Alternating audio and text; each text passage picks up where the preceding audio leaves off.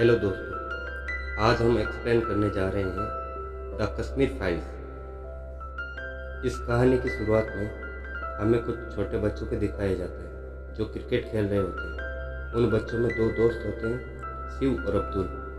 Shiv match में अच्छा perform करने के बाद चीन का नाम लेने लगता है, लेकिन वहाँ मौजूद लोगों को ये चीज़ पसंद नहीं आती। वो लोग बोलते हैं कि यह पाकिस्तान है, इंडिया नहीं, यहाँ पर इंडियन की नहीं चलती।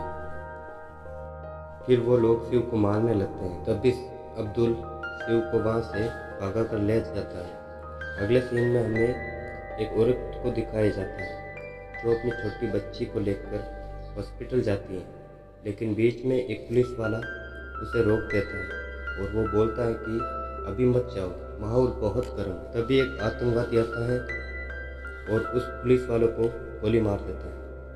उसके बाद वो उस औरत के पास आता है और बोलता है, इस बच्ची का निकाह मेरे भाई से कराऊंगा। ये सुनकर उस औरत को बहुत गुस्सा आता है और वह उसके मुंह पर थूक देती है, जिससे उस आतंकवादी को बहुत गुस्सा आता है और वो उस औरत को सिर में गोली मार देता है। इसके अगले सीन में एक पंडित को दिखाया जाता है जिनका नाम पुष्करनाथ जी है, जो शिवा को ढूंढ रहे होते हैं क्योंकि शिवा उसका पोता होता है। इसके बाद एक मेन आतंकवादी को दिखाया जाता है जो सबको भड़का रहा होता है। वो सबको बोलता है, हमारा दुश्मन कौन?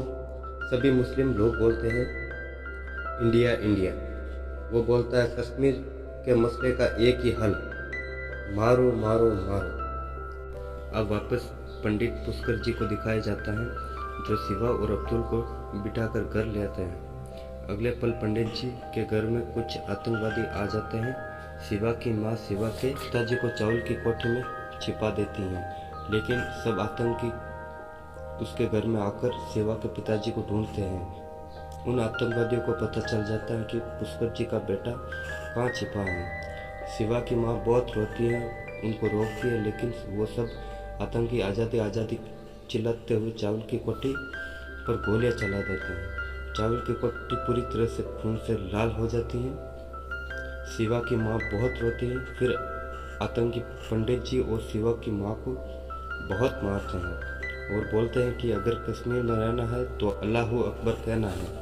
पंडित जी उस आतंकी को बोलते हैं, बेटा मैंने तुम्हें पढ़ाया है, क्यों कर रहे हो ये सब? दरअसल एरिया कमांडर फारूक पंडित जी का स्टूडेंट होता है, लेकिन वो अब आतंकी है। वो किसी की भी नहीं सुनता और खून से सने एक मुट्ठी चावल लाकर बोलता है, अगर तुम्हें बचना है तो ये चावल खाओ जो खून से लाल होते हैं। वो शिवा की माँ से कहता है। इसके बाद कहानी प्रेजेंट में आती है, जहाँ हमें ब्रह्मादित्य नाम के एक आदमी को दिखाया जाता है जो कि अभी भी कश्मीर में रह रहा होता है और यहाँ पर उससे मिलने पुष्कर जी का छोटा पोता कृष्णा पंडित वहाँ पर आता है। उसके हाथ में अस्थियों से भरा कलश होता है जो कि उसके दादाजी का होता है, क्योंकि अभी पुष्कर जी की डेथ हो चुकी होती है। कृष्णा के वहाँ आ जाने से कुछ और लोग भी आ जाते हैं जो कभी पुष्कर जी के दोस्त हुआ करते थे, और उनके दोस्तों में महेश जो कि एक डॉक्टर, हारिस जो अपने वक्त में डीजीपी थे, और एक दोस्त जो कि एक पत्रकार था। लेकिन कृष्णा को अपने मॉम डैड की डेथ के बारे में कुछ भी पता नहीं था, वो तो एक एक्सीडेंट समझता था। इसके बाद सीन शिफ्ट होती है दिल्ली के जेएनयू में, जहाँ कृष्णा बैठकर प्रोफेसर राधिका के लेक्चर सुन रहा होता है। राधिका सभी स्टूडेंटों को भड़का रही होती है और बोलती है कश्मीर को दिलानी है आज़ादी और कश्मीर को इंडिया से खतरा है। और यह उसी टाइम की बात होती है जब आर्टिकल 370 को हटाया गया था। प्रोफेसर राधिका बताती है कि वो सब झूठी बातें थी, कश्मीर में किसी पंडित पर अत्याचार नहीं हुआ है। वहाँ बैठे सभी स्टूडेंट समर्थन में आ जाते हैं और बोलते हैं आज़ादी आज़ादी। कृष्णा को भी राधिका की बातें सच लगती हैं। इसके बाद कृष्णा अपने कॉलेज के प्रेसिडेंट इलेक्शन में खड़ा होता है। राधिका बोलती है कि अगर तुम्हें इलेक्शन जीतना है तुम हमारा साथ दो, आज़ादी आज़ादी के नारे लगाओ। अगर तुमने ऐसा नहीं किया तो तुम हार जाओगे, क्योंकि इस कॉलेज में सभी स्टूडेंट मुस्लिम होते हैं और कृष्णा पंडित होता है। दरअसल राधिका उसका ब्रेन वॉश कर रही होती है। अब कहानी वापस पास्ट में आ जाती है और हमें 1989 का सीन दिखाया जाता है जहाँ पुष्कर ब्रह्मादित्य से मिलना चाहता है क्योंकि वो उस टाइम IAS ऑफिसर था। वो उससे बोलता है कि कश्मीरी पंडितों को प्रोटेक्शन की ज़रूरत है। ये सब सुनने के बाद ब्रह्मादित्य कहता है मैं कुछ करता हूँ। फिर ब्रह्मादित्य और पुष्कर सब्जी लेने जाते हैं जहाँ सब्जी वाला पैसे रिटर्न करते वक्त उसे पाकिस्तानी रुपये देता है, जिस पर पुष्कर को वो बात अच्छी नहीं लगती।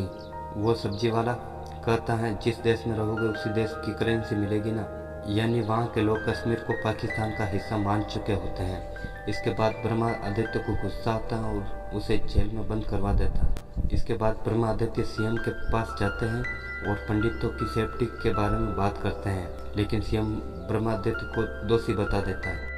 CM उसकी बातों को इग्नोर करके आगे बढ़ जाता है। तभी हम देखते हैं कि CM आतंकी बीटा कराटे से बात कर रहा था, यानी कि CM भी आतंकियों के साथ मिल गया था। इसके बाद कहानी प्रेजेंट में आती है जहाँ ब्रह्मा की वाइफ कृष्णा के मॉम डैड की तस्वीर दिखाती है क्योंकि कृष्णा ने आज तक उन्हें नहीं देखा था।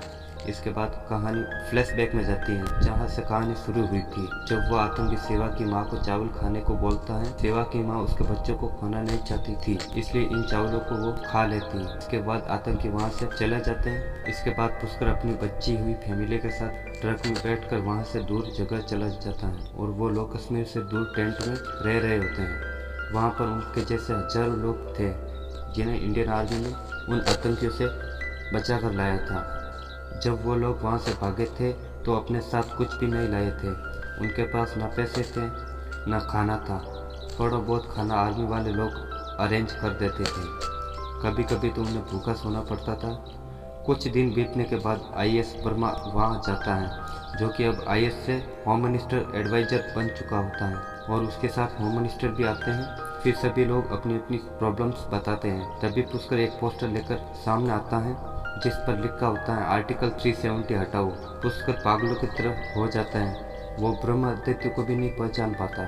इसके बाद ब्रह्मा शारदा से मिलना चाहता है और बोलता है वो उनके पास में एक घर दिला सकता है और एक जॉब भी। इसके बाद शारदा एग्री हो जाती है। अगले सीन में वो लोग उसी घर में रहने लगते हैं। दूसरी तरफ हम बीटा कराटे को देखते हैं जो खुद ही मीडिया तक पहुंच जाता है और वहां पर उसका एक इंटरव्यू भी होता है जिसमें बीटा कराटा कहता है कि मैंने बस 20-25 लोगों को ही मारा है क्योंकि वो लोग RSS के थे।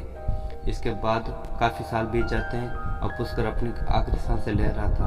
मारने से पहले पुष्कर ये रिक्वेस्ट करता है कि उसकी अस्थियों को कश्मीर में उसी घर में बिखेर देना। इसके बाद कहानी प्रेजेंट में आती है जहाँ ब्रह्मा कृष्णा को ये सब बातें बता रहा था, जिससे कृष्णा यह समझ जाता है कि प्रोफेसर राधिका उसे गलत चीज़ बता रही थी। प्रोफेसर राधिका ने यह भी बताया कि तुम कश्मीर जाओ तब बीटा कराटे से ज़रूर मिलना। अब अगले सीन में ब्रह्मा और उसके दोस्तों को दिखाया जाता है। वो सब पुष्कर के उसी घर में जाते हैं जहाँ वो देखते हैं कि उनके शिवजी का मंदिर तोड़ दिया होता है और वहाँ पाकिस्तान का झंडा लगा दिया होता है। वो लोग अब उस झंडे को वहाँ से हटा देते हैं और कृष्णा अपने दादाजी की अस्थियाँ घर में बिखेर देता है। इसके बाद कृष्णा एक आदमी के साथ बीटा कराटे से मिलना चाहता है और वो आदमी कोई और नहीं बल्कि शिवा के बचपन का दोस्त अब्दुल होता है। इसके बाद हम देखते हैं कि कृष्णा बीटा कराटे के पास पहुंच चुका होता है और बीटा कराटा भी यही बोलता है कि उसने किसी को भी नहीं मारा था और कश्मीरी पंडित खुद ही यहाँ से जगह छोड़कर जा रहे थे। इसके बाद कृष्णा वहाँ से जाने लगता है। तभी बीटा कराटा बोलता है कि तुम्हें पता है तुम्हारी माँ और भाई को किसने मारा था। बीटा कराटा कहता है कि उन सबको इंडियन आर्मी ने मारा था। इसके बाद कृष्णा बहुत भावुक हो जाता है और घर आ जाता है और घर पर आकर ब्रह्मा से झगड़ा कर लेता है। वो बोलता है कि इंडियन आर्मी ने मेरे परिवार वालों को और कश्मीर पंडितों को मारा है। यह सुनकर ब्रह्मा बहुत गुस्सा हो जाता है और वो गुस्से में आकर कृष्णा के सामने 3 फाइल रख देता है। जब कृष्णा उन फाइलों को पढ़ता है तो उसके होश उड़ जाते हैं क्योंकि उसमें उसके भाई और मोम की तस्वीर भी होती है। ये फाइल उस समय के अखबारों की थी। ये सब जानने के बाद कृष्णा वापस अपने कॉलेज जाता है जहाँ वो राधिका आज़ादी आज़ादी के गाने गा रही थी। फिर राधिका कृष्णा को स्पीच देने को बोलती है। अब वो वक्त आ जाता है, कॉलेज के सारे लोगों को सच पता चलने वाला था। कृष्णा माइक लेकर कहता है कि वहाँ पर कुछ आतंकवादी आए थे जो कि शुरू में तो शरण लेने आए थे, और कश्मीरी पंडितों ने उन्हें शरण भी दे दी थी और धीरे धीरे कर उन्हें पता चला कि कश्मीर कितना ज़्यादा खास है। फिर उन आतंकियों ने कश्मीरी पंडितों पर ही अटैक करना शुरू कर दिया। उन्होंने कश्मीरी पंडितों को मारा, धर्म परिवर्तन कराया और जो मुस्लिम उनके खिलाफ आवाज़ उठाते थे उन्हें भी मार दिया जाता था। उसकी इस स्पीच पर कई लोग भड़क गए और बोलने लगे कि ये सब झूठ है, लेकिन अब कृष्णा के समर्थन में भी लोग बोलने लगे थे। अब कृष्णा उन सबको रोते हुए अपने भाई और अपनी माँ की स्टोरी बताता है। इसके बाद कहानी वापस पास्ट में जाती है, जिस दिन उसकी माँ और भाई को मारा गया था। यहाँ पर हम देखते हैं कि पुष्कर अपनी फैमिली के साथ घर में रह रहा था। फिर एक दिन अचानक बेटा कराटा और कुछ और आतंकी इंडियन आर्मी की यूनिफॉर्म में आते हैं और सभी लोगों को घर से बाहर आने को बोलते हैं। सभी लोग घर से बाहर आ जाते हैं। इसके बाद वो आतंकी कृष्णा की माँ को मोलेस्ट करता है, यानी उसके सारे कपड़े उतार देता है। इसके बाद वो एक के बाद एक सभी को मौत के घाट उतारना शुरू कर देता है। कृष्णा की माँ को वो लकड़ी काटने वाले से शारदा को बीच में से काट देता है और सब लोगों को मार देता है सिवाय पुष्कर के। लास्ट सीन में आपको लगेगा कि शिवा पर कुछ तो दया करेगा, लेकिन वो पत्थर दिल आतंकी छोटे से बच्चे शिवा को भी गोलियों से भून देता है। इसके बाद ये मूवी खत्म हो जाती है। तो दोस्तों, ये थी द कश्मीर फाइल। इस मूवी के बारे में आपकी क्या राय है कमेंट में ज़रूर बताएं और किस किस ने ये मूवी देखी है ज़रूर बताएं। लाइक करें, शेयर करें और सब्सक्राइब करें। Thank you.